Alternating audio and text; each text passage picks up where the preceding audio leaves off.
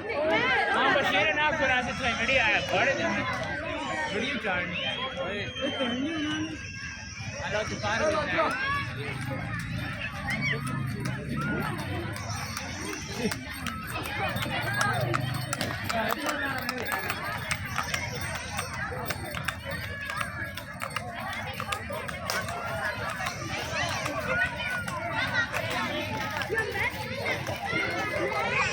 में सवारी करना छोटा बड़ा बैठ सकते राइट कर ले सारा आ जाओ जी आ जाओ